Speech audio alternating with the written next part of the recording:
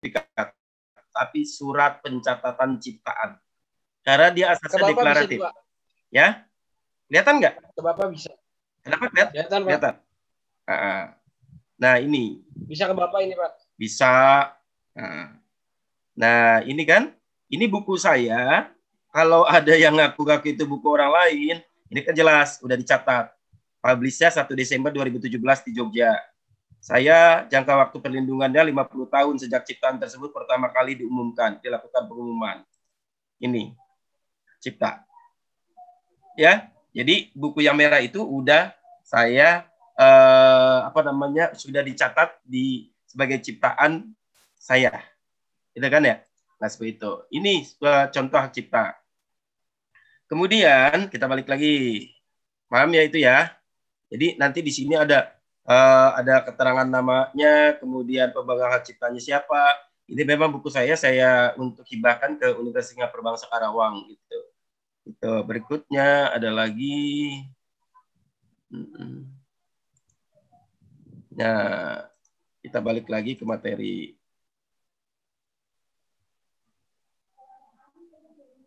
Nah, jadi paham kan tentang hak cipta ya, gitu ya, sertifikatnya.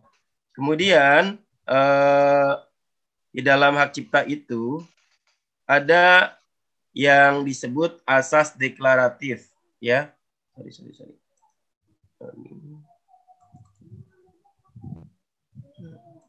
Sorry.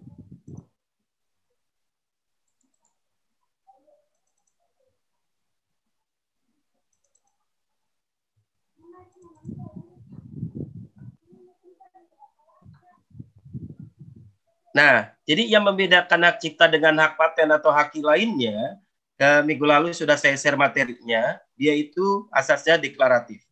Dan penyebutannya juga harus berbeda, awas. Kalau hak cipta disebutnya orang yang menghasilkannya itu adalah pencipta. Gitu kan? Kalau hak paten nanti yang menemukannya adalah inventor. Jadi jangan sampai salah sebut. Ya.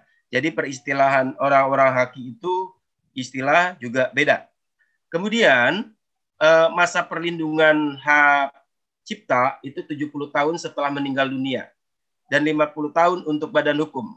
Karena tadi adalah badan hukumnya adalah Unsika, ya, pemegang hak ciptanya adalah Unsika, saya alihkan untuk Unsika, maka 50 tahun. Tapi kalau saya pakai nama pribadi saya, misalkan buku saya, tulisan saya pribadi, maka masa perlindungannya 70 tahun, seperti itu. Jadi, hak cipta, ada pemegang hak cipta. Ini hak cipta adalah merupakan hak eksklusif. Nah, kenapa dikatakan hak eksklusif? Karena haknya langsung diberikan oleh negara. Berupa sertifikat, kalau paten itu berupa sertifikat, tetapi kalau cipta itu berupa pencatatan saja. Mengumumkan atau memperbanyak atau memberikan izin pihak lain. Saya boleh mengizinkan ya penerbit ya untuk memperbanyak buku saya. Seperti itu. Nah, seperti itu. Itu hak cipta. Kemudian di dalam hak cipta itu ada di sini ada hak eksklusif. Yang eksklusifnya apa, Pak? Tadi pengumuman. Pembacaan, penyiaran, pameran ini merupakan hak cipta. Memperbanyak penambahan jumlah ciptaan. Nah, ada pelaku. Nah, ini nanti ada pelakunya, ada aktris, penyanyi, pemusik. Ini adalah para pelaku hak cipta yang memiliki hak cipta. Seperti itu. Kemudian ada folklore. Folklore itu semacam nyanyian rakyat, permainan rakyat, seperti itu. Nah, kemudian prosedur rekaman. Orang badan hukum yang pertama kali merekam dan memiliki tanggung jawab melaksanakan perekaman suara bunyi. Ini produser, maksudnya produser. Nanti produser itu dia punya hak terkait. Ya, makanya disebut hak cipta dan hak terkait. Kemudian lembaga penyiaran. Kemudian ada istilah lisensi, izin yang diberikan oleh pemegang hak cipta terkait kepada pihak lain untuk mengumumkan memperbanyak ciptaan. Saya tidak bisa untuk memperbanyak buku saya yang biar bisa dibaca seluruh orang di Indonesia.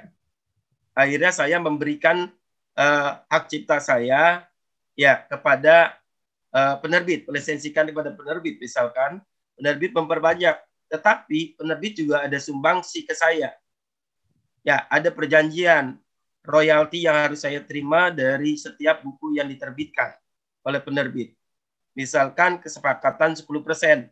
Nah, kenapa? Karena di dalam hak kekayaan intelektual, termasuk hak cipta, itu ada yang namanya hak ekonomi dan hak moral. Hak moral itu melekat pada diri si pencipta. Hak ekonomi itu terkait mengenai keuntungan secara ekonomis yang bisa didapatkan oleh si pencipta. Seperti itu. Kemudian pengalihan. Jadi hak cipta juga bisa dialihkan. Kamu mungkin pernah dengar lagu Gesang, Bengawan Solo, ya, ciptaan Gesang ya. Ah, ini Gesangnya udah meninggal, tapi lagunya masih ada. Nah, ini selama 70 tahun setelah Gesang meninggal dunia, maka dia memperoleh perlindungan hukum. Kalau ada orang yang menyanyi lagu Gesang tanpa izin dari keluarganya, ahli warisnya, maka orang tersebut bisa digugat atau bisa diadukan pelanggaran hak cipta atau lain-lain. Nah, ini yang disebut ini. Jadi, hak cipta juga bisa diwariskan, bisa hibah, diberikan kepada orang lain. Kemudian, misalkan seorang kekasih menciptakan lagu untuk kekasihnya, diberikan lagu itu kepada kekasihnya, maka itu juga hibah. Kemudian bisa juga wasiat. Ya, diwasiatkan. Jadi, selama 70 tahun, keuntungannya misalkan dari hak cipta itu, royaltinya tidak diambil, tetapi untuk kepentingan umat misalkan. Terus bisa juga perjanjian tertulis. Ya, misalkan kamu mau mengutip buku saya 10% dari sekian itu berapa persen. Kalau sekarang KRCI sudah mulai membuat satu gagasan bahwa setiap buku yang dikopi oleh mahasiswa itu 10% minimal yang harus dikopinya, dan itu kalau dikopi banyak harus membayar royalti kepada si KRCI yang nanti akan dikontribusikan kepada si penciptanya. Itu sudah mulai hati-hati makanya. Sebab lain dibenarkan oleh peraturan perundang-undangan pasal 16 ayat 2. Hak cipta hasil kebudayaan rakyat. Jadi hak cipta itu ada apa yang disebut tadi saya bilang hak terkait. Ya, kemarin kan kita sudah jelaskan bahwa hak itu ada yang bersifat ownership, individual ownership, ada communal ownership. Nah, hak cipta merupakan ada yang disebut apa namanya communal ownership, dimiliki oleh sekelompok atau komunitas tertentu, misalkan adalah kebudayaan rakyat atau folklore, ciptaan yang tidak diketahui penciptanya, dipegang oleh negara. Misalkan kamu nggak pernah tahu siapa sih yang menciptakan permainan rakyat, misalkan apa lungga-lungga, lungga-lungga tahu kan ya? Lungga-lungga, kemudian kuda lumping, tahu ya kuda lumping ya? Kuda lumping ya? Itu adalah ekspresi budaya tradisional kan, miliknya masyarakat. Dan itu ada penciptanya. Tahu kamu penciptanya? Nggak tahu. Kalau nggak tahu, maka itu adalah penciptanya dipegang oleh negara. Itu sudah diatur. Kenapa Pak kita harus ada undang-undang hak cipta? Karena ini adalah konsekuensi kita sudah menandatangani Brand Convention, Kepres 18/1997, ada WIPO, Copyright Treaty, WCT dengan Kepres 19/1997, kemudian ada WVT,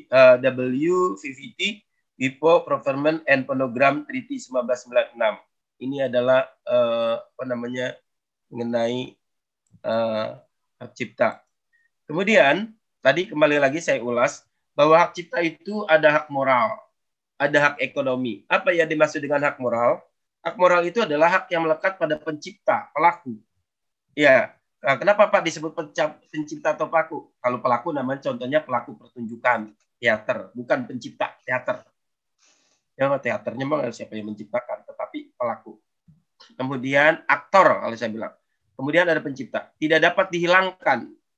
Jadi selama kayak kamu baca bukunya Merto Hadikusumo, kamu baca bukunya Mulyatno, itu orangnya sudah tidak ada. Sudah meninggal dunia. Gitu kan? Kamu baca buku-bukunya yang lain. Nah, ini tidak dapat dihilangkan, dihapus dengan alasan apapun, termasuk apabila hak cipta atau hak terkait dialihkan.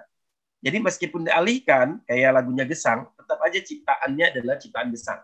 Meskipun sekarang itu lagu Gesang tersebut, Bengawan Solo, sudah menjadi milik ahli warisnya. Tetapi pada saat itu dinyanyikan, tetap harus disebutkan ciptaan Gesang. Kemudian ada hak ekonomi, hak mendapatkan manfaat ekonomi atas ciptaan produk yang terkait. Nah, misalkan saya menciptakan buku, saya punya hak ekonomi. Setiap dijual oleh penerbit satu buku, royalti yang saya terima berdasarkan perjanjian adalah 10%. Itu. Itu. Kemudian hak terkait, hak eksklusif diberikan dengan hak cipta, yaitu hak eksklusif bagi pelaku untuk memperbanyak. Ini hak terkait. Jadi ada bedanya hak cipta dengan hak terkait. Hak terkait, hak pelaku untuk memperbanyak menyiarkan pertunjukannya. Misalkan pelaku teater, saya adalah aktornya, saya boleh memperbanyaknya. Misalkan, itu hak terkait. Bagi produser rekaman suara untuk memperbanyak atau menyewakan karya rekaman suara tersebut. Kan rekamannya sekali kan? Ada rekamannya sekali, tetapi diperbanyak menjadi berapa juta kopi. Itu. Kemudian lembaga penyiaran. Lembaga penyiaran untuk membuat, memperbanyak, menyiarkan karya suaranya. Nah, seperti TVRI misalkan. Ini adalah hak terkait. Jadi kalau saya bilang tuh hak terkait itu hak yang mengikuti hak cipta atau hak yang terkait dengan hak cipta. Jadi ada hak ciptanya dulu ya sebelumnya. Dia tidak bisa berdiri sendiri kalau menurut saya.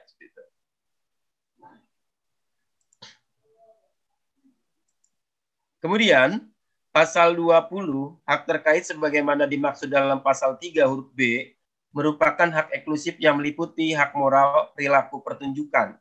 Ya, tadi pelakunya, aktornya. Hak ekonomi pelaku pertunjukan. Hak ekonomi produser fonogram.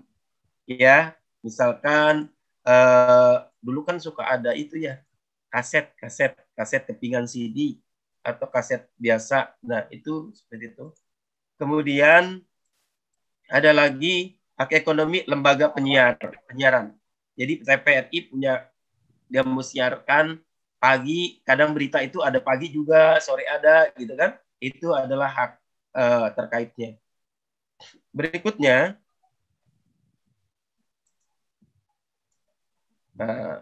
jangka waktu hak cipta. Nah, dalam hal ciptaan sebenarnya dimaksud pada ayat 1 dimaksud oleh dua orang atau lebih. Misalkan saya pernah nulis buku dengan Ibu Rani. Itu bukunya apa kemarin? Apa namanya? HPK, Hukum Perlindungan Konsumen. Itu penciptanya saya dengan Ibu Rani. Ya, perlindungan hak cipta berlaku selama hidup pencipta, meninggal dunia, paling akhir dan berlangsung selama 7 tahun sesudahnya. Jadi, kalau penciptanya misalkan lebih dari satu, atau dua atau lebih, ya, dihitungnya yang mana Pak? Bukan yang meninggal pertama, tapi yang terakhir meninggalnya. Misalkan penciptanya ada 5 orang. Masa perlindungannya dihitungnya 70 tahun dari yang terakhir meninggal. Misalkan yang terakhir meninggalnya adalah si A, B, C, D, E. Misalkan si E yang meninggal terakhir. Kalau si A meninggal paling dulu misalkan. Bukan dari sini yang dihitungnya, tetapi dari yang sini. Paling akhir meninggal dunia. Kemudian perlindungan hak cipta atas ciptaan sebagian dimaksud pada ayat 1 dan ayat 2. Nah, ayat 2 yang dimiliki atau dipegang oleh badan hukum, ya, kayak semacam tadi, misalkan unsika, badan hukum, berlaku selama 50 tahun sejak pertama kali dilakukan pengumuman. Jadi pengumumannya 2017, nanti ditambah 50 tahun. Itu kan berarti 2057. Hak perlindungan terhadap ciptanya sudah hilang. Gitu. Ya. Jadi unsika tidak berhak lagi nanti seperti itu. Berikutnya, pasal 58, perlindungan hak cipta atas ciptaan. Ini yang tadi disebutkan, ya ada motif seni berlaku selama hidup pencipta, terus berlangsung selama 70 tahun. Nah, terhitung mulai tanggal 1 Januari. Dihitungnya 1 Januari, bukan pada saat si A, misalkan si A meninggalnya 1 November 2017, tetapi dihitungnya 1 Januari 2018, tahun berikutnya. Dihitungnya itu. Jadi 70 tahun dari 2018. Berarti tinggal 2018, berarti 2088 perlindungan hukumnya bagi si pencipta. Gitu. Kemudian berikutnya ada ini pendaftaran hak cipta. Jadi kalau saya bilang bukan pendaftaran, tapi pencatatan ya, pencatatan. Pencatatan hak cipta. Pasal 66, pencatatan ciptaan dan produk hak terkait diajukan dengan permohonan secara tertulis dalam bahasa Indonesia oleh pencipta. Jadi nanti ada formulir tersendiri. Contoh bagaimana sih Pak untuk mendaftarkan hak cipta? Saya share lagi ya. Ya. Persyaratannya apa saja untuk mendaftarkan hak cipta? Oke. Nah.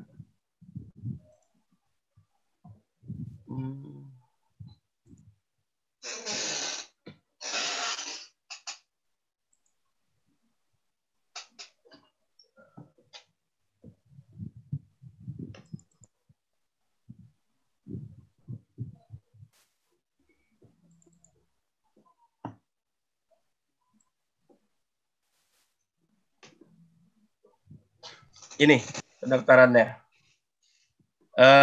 Syarat-syaratnya yang harus dipenuhi ketika misalkan Pak saya punya lagu saya mau saya daftarkan, saya mau catat, ingin mempunyai pencatatan hak cipta kayak seperti yang tadi Bapak miliki, maka bagaimana caranya Pak atau prosedurnya? Nah, misalkan gini. Nah, nanti persyaratannya ini, ada biodata haki yang harus diisi. Kelihatan nggak? Kelihatan, Pak. Ya. Kelihatan, Pak. Terus ada cover, kalau buku berarti cover buku. Ya, kalau nanti video berarti cover video. Kemudian KTP, terus NPWP. Kalau buku berarti ada bukunya. Kemudian ada pernyataan hak cipta. Ada surat keterangan dari penerbit bahwa itu diterbitkan tanggal sekian. Ada pengalihan hak cipta kalau memang nanti yang memiliki hak ciptanya adalah orang lain. Ya, bukan kita sendiri. Kemudian ada surat pernyataan. Ya, kalau ini semuanya sudah dipenuhi, semuanya diupload. Ya, semuanya diupload, terus nanti dapat tagihan untuk PNBP, kamu bayar 400.000 ke Bank Mandiri, kemudian kamu dapat bill nomornya dimasukkan, kemudian nanti sertifikat 1 jam bisa terkirim karena itu elektronik. Pencatatan hak ciptanya seperti yang tadi dilihat, seperti itu yang tadi saya sudah share, seperti itu ya, begitu. Kemudian ada lagi, sampai situ ada yang mau ditanyakan? Enggak? Saya mau nanya, Pak. Silakan. Kan tadi yang jangka waktu hak cipta itu selama 70 tahun ya, Pak. Untuk yang pribadi. Nah, kalau misalnya saya nyiptain lagu, Pak. Terus saya udah meninggal nih. Terus berarti itu kan lagu udah lama. Terus ada yang mau make lagu saya, tapi itu udah lewat dari 70 tahun gitu, Pak. Itu nggak apa-apa, Pak, berarti?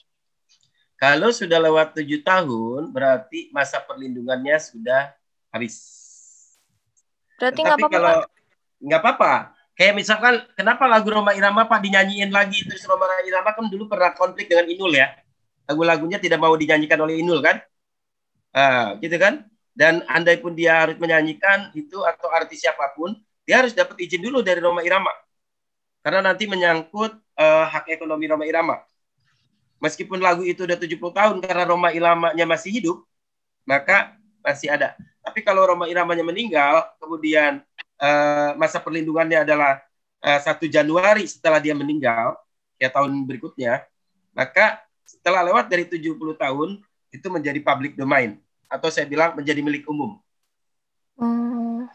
Gitu, ya, menjadi milik umum. Nah, kayak lagu Gesang kan meninggal 3 tahun atau 2 tahun yang lalu. Selama 70 tahun ke depan, ya, itu lagu masih milik ahli warisnya Gesang. Gitu, ya, ahli warisnya Gesang. Jadi kalau mau digubah, diaransemen ulang dan lain-lain atau lagunya Waljinah lain-lain, maka harus bayar royalti buat perjanjian. Gitu.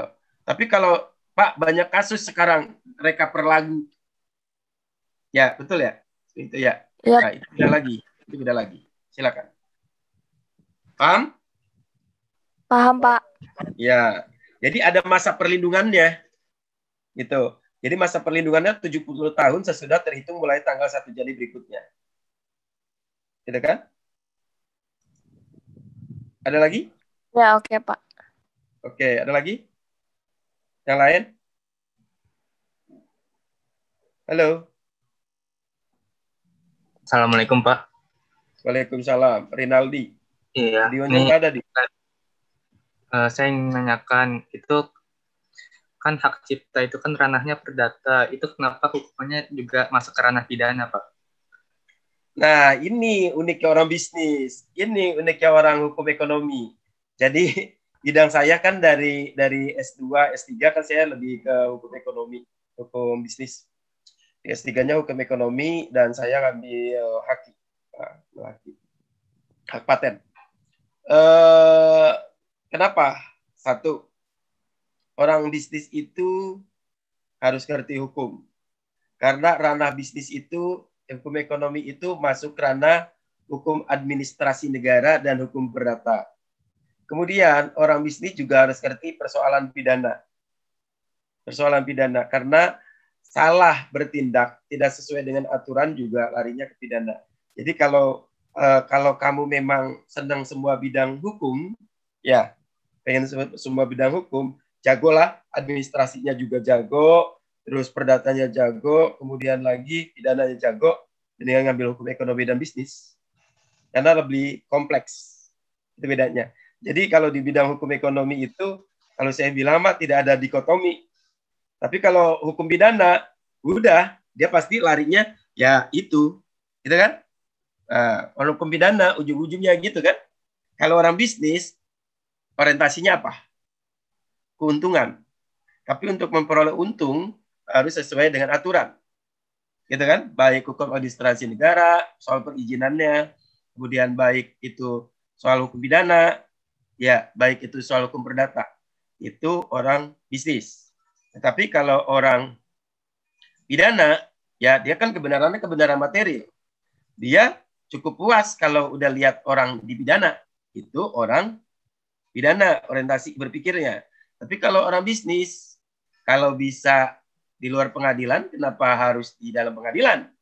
Kalau pakai cara pengadilan itu merugikan, ya lebih banyak ruginya daripada untungnya, lebih baik diselesaikan dengan win-win solution. Gitu kan? Itu orang perdata karena berpikirnya waktu adalah uang. Gitu kan? Tapi kalau orang pidana, yang penting dia kepuasan batin. Kalau orang itu sudah melakukan tindak pidana, tidak ada maaf bagimu, maka proses hukum tetap berlanjut. Nah, makanya suka ada gium begini kalau orang pidana. Hilang kambing satu, jual sapi. Benar nggak? Benar nggak? Iya, benar. Tapi kalau orang bisnis, kalau bisa diselesaikan dengan cara yang tidak membutuhkan waktu dan modalnya sedikit, bla bla bla bla bla bla gitu. Bayar pengacara mahal, belum lagi transportnya warawiri lain-lain. Kalau orang perdata, selesaikan dengan cara damai. Yang penting senang sama senang. Beres orang perdata. Jadi orang perdata cinta damai. Tapi orang perdata juga bisa saja menggugat ke pengadilan. Tapi kembali lagi tergantung kepada karakter masing-masing. Gitu ya. Jadi itulah uniknya orang bisnis. Jadi kalau saya meneliti dengan orang pidana, ya kolaborasinya nanti tidak pidana di bidang hak cipta. Pak, saya ngambil jurusan pidana, tapi saya senang sama haki. Jadi persoalan. Tapi Pak, nanti kamu bisa saja dapat pembimbingnya dosen pidana plus dosen haki, misalkan. Kalau di S2 udah kayak gitu. Kalau di S1 nggak tahu saya. Itu kompetensinya Pak Haji Deni. Gitu. Karena punya ranah keilmuan yang berbeda. Paham ya? Jadi kalau yang mau masuk hukum bisnis atau hukum ekonomi atau di S1 itu hukum perdata, ya itu harus jago semua. Ya, gitu. Makanya mahasiswa mah banyak kan, kenapa saya ngambil pidana Pak? Karena belajarnya udah Pak, undang-undang KUHP, KUH perdata saja. Tapi kalau orang perdata, ya dia membahas tentang perjanjian elektronik, misalkan e-commerce. Kamu harus paham dulu KUH perdata, perjanjian. Belum paham undang-undang tentang pelindungan konsumen. Belum paham undang-undang tentang ITE. Belum lagi e-commerce. Belum lagi, nah gitu. Itu orang perdata kalau menurut saya atau orang bisnis wawasannya luas, harus begitu, komprehensif. Paham? Paham, Pak. Terima Paham kasih, ya? Pak. Ayo, mangga. Berikutnya.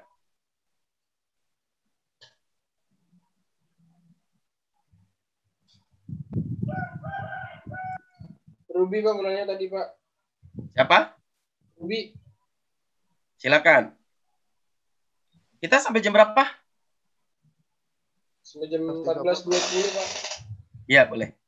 Ayo, dikit lagi. Ayo silakan yang menanya. Halo. Iya, Halo. Pak, saya mau nanya. Ya. Kalau Silakan. misalnya kita buat karya, dan terus tapi belum ada surat pencatatan ciptaan gitu, Pak. Nah, tapi ada yang melakukan plagiarisme, itu kita buktinya gimana ya, Pak? Oke, proses pembuktian. Kalau persoalan pembuktian, ini ranahnya nanti ke hukum acara perdata. Ya, pembuktian. Kalau memang itu ranahnya misalkan tindak pidana hak cipta, ya ini nanti kita bahas hak cipta, maka ranahnya ranah hukum acara pidana. Tetap mengacunya kepada undang-undang itu. Tapi kalau kamu bisa hukum acara hak kekayaan intelektual, itu dia kepada hukum acara peradilan niaga, misalkan nanti. Nah, karena ini adalah misalkan kasusnya tadi ada yang melakukan plagiat, sedangkan kita belum melakukan pencatatan, ingat, hukum hak cipta itu pencatatan bukan hal yang wajib. Perlindungan hukum diperoleh semenjak bukan dia dicatatkan, tetapi semenjak pertama kali dia dipublikasikan. Arti maksud dipublikasikan artinya diketahui oleh umum. Buku saya sampai ke mahasiswa itu 2018, tetapi saya kirim ke penerbit 2017. Nah, dicatat di dalam sertifikatnya, pencatatan hak ciptanya itu adalah 2017. Paham? Karena yang pertama kali, bukan berarti buku saya beredarnya banyak se-Indonesia 2020. Gitu. Tetapi pertama kali orang mengetahui ide saya yang diwujudkan dalam bentuk karya nyata berupa buku, maka itulah mulai masa perlindungan. Dan disitulah hukum melindunginya. Jika orang tersebut melakukan plagiat, maka undang-undang hak cipta nanti masuk ke dalam ranah pelanggaran dan pidana hak cipta. Ya. Jadi proses pembuktiannya juga menggunakan hukum acara pidana yang di dalam diaturnya pasal 142 ya, 143 ya sekitar itu. KUHP. Nah, Undang-Undang Nomor 8 1981 gitu. Cukup? Iya, Pak, iya. Ada lagi? Iya, cukup. Yuk. Samir. Ya, Pak. 2 slide lagi ya. Ya, 2 Pak. slide lagi ya. 2 slide lagi deh. Pelanggaran dan pidana hak cipta. Pertama ada pelanggaran, perbuatan melanggar hak eksklusif. Arti hak eksklusifnya tadi memperbanyak, menjual dan lain-lain, nah tanpa izin. Artinya itu penggandaan penyiaran komunikasinya tanpa izin. Tapi kalau bukan pelanggaran, penggandaan penyiaran atau komunikasi atas ciptaan untuk tujuan informasi yang menyebutkan sumber dan nama pencipta. Misalkan kamu nulis skripsi, kemudian ngutip buku saya, ya, kamu ngutip buku saya, nah, sumber sayanya, ya, buku saya, nama sayanya tidak disebut di skripsi kamu, buku saya nggak disebut di buku kamu, di skripsi kamu, itu masuk pelanggaran. Tapi kalau kamu sebut nama saya di skripsi kamu, ya, nama penciptanya, sumbernya, kamu tidak masuk pelanggaran. Itu kan? Tidak dianggap pelanggaran hak cipta dengan ketentuan. Pertama, artikel dalam berbagai bidang sudah dilakukan pengumuman baik dalam media cetak maupun media elektronik kecuali salinannya disediakan oleh pencipta. Berhubungan dengan penyiaran dan ciptaan. Laporan peristiwa aktual. Misalkan ada kejadian gunung meletus, kemudian diberitakan lain-lain, cuma dibuat, didengar di dalam situasi tertentu, itu juga bukan pelanggaran. Kemudian karya ilmiah, pidato, ceramah juga bukan pelanggaran, asalkan disebutkan nama dan sumbernya. Begitu juga ketika kamu membuat video mengambil dari YouTube, kamu harus sebutkan sumbernya dari YouTube ini. Kalau tidak disebutkan, maka itu kena pelanggaran. Hak moral ya di situnya. Berikutnya, ada pelanggaran berikutnya pasal 112 sampai 120. Salah satunya adalah setiap orang dengan tanpa hak melakukan perbuatan sebagaimana dimaksud pasal 7, tadi penggandaan lain-lain, ya untuk penggunaan secara komersil, seperti mengcover lagu, menaransemen ulang, menyanyikan ulang. Kamu pernah dengar lagu Alda Risma? Ya Alda Risma ya. Ya Alda Risma ya. Atau Nika Ardila deh, panggung sandiwara.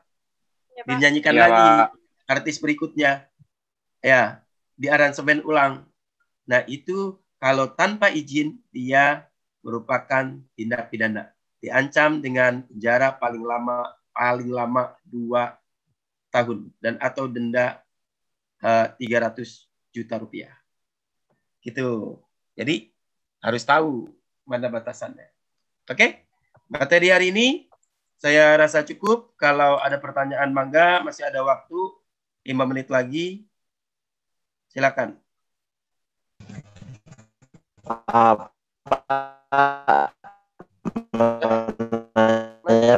Jangan like. Bi, suara jelek Bi. Belum juga nanya udah nge-like. Ayo, silakan siapa? Ruby, Pak. Ya. Belum juga nanya udah nge-like lu, Pak. Ruby Pak, Ya, kan silakan. tadi yang slide Pak. Halo? Ya, halo. Wajahnya Tadi nggak kan ada. slide terakhir itu yang denda 300 juta ya Pak ya? Ya, Nah, betul. kemarin yang kasusnya Atta Halilintar itu bisa dituntut 1,5 M Pak. Berdasarkan karena Ini di hutan. berdasarkan karena penghasilan atau apa gitu si jaksanya Pak. Ya, bisa 100 juta di pasalnya. Oke. Ini kasusnya adalah kasus perdata. Kemudian kalau kasus perdata kan ada namanya di dalam petitum. Nanti dalam kamu membuat gugatan ada petitum kan? Ada Iya. tuntutan primer, ada subsidiar. Nah, besaran kisaran tergantung si penggugat. Ya, tergantung si penggugat. Andai pun nanti disetujui atau tidak gugatan siapa kemarin Atta atau siapa gitu. Atta Halilintar, saudaranya Samir. Ya, itu nanti nanti tergantung si penggugatnya, dan andai pun dikabulkan atau tidak tergantung proses pembuktian pada saat persidangan dan fakta hukumnya. Hakimlah yang berhak memutuskan. Paham? Pertanyaan krusial, gugatannya diajukan kemana? Nah, pertanyaan saya, jawab Omar Ruby.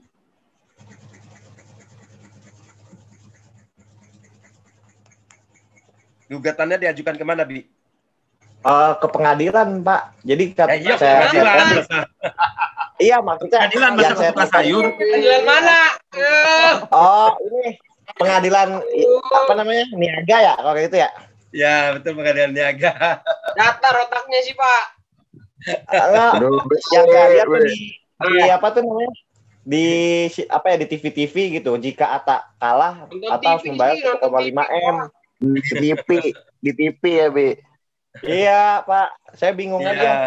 Nah, kalau ranah pidananya gimana, Bi? Kalau ranah pidananya dia pengadilan mana? Pidananya umum, Pak. Iya, peradilan umum. Oke, pinter. Jangan nonton TV sih, hoak. Nah, Pak, tapi Pak, misalkan nih, si penggugatnya kan nuntut 1,5 M tuh. Terus Iya. hakim menyetujui karena si Atta ini mendapatkan royalti lah gitu ya. Itu berarti dikabulkannya berdasarkan duit juga ya penghasilannya. Itu nanti kamu boleh baca bukunya si Richard Posner. Ya, Economic Analysis of Law, pendekatan ekonomi terhadap hukum. Jadi orang bisnis itu pasti ujung-ujungnya pendekatan ekonomi.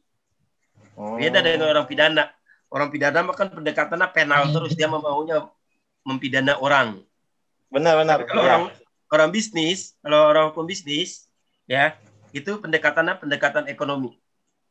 Nah, jadi kalau nanti si Atta dengan si yang itu yang menggugat, dia tidak lewat jalur pengadilan, kan secara ekonomi malah lebih menguntungkan. Win-win solution ya. Atau kalau hakimnya nanti memutuskan, kalau udah masuk pengadilan, hakim memutuskan, maka nanti hakim juga pasti punya pendekatan teori hukum yang dia gunakan. Gitu kan? Jadi economic analysis of law, dia menggunakan pendekatan ekonomi terhadap hukum. Nah, jika misalkan gini, nggak mungkin kan orang yang ngejual CD bajakan, ya,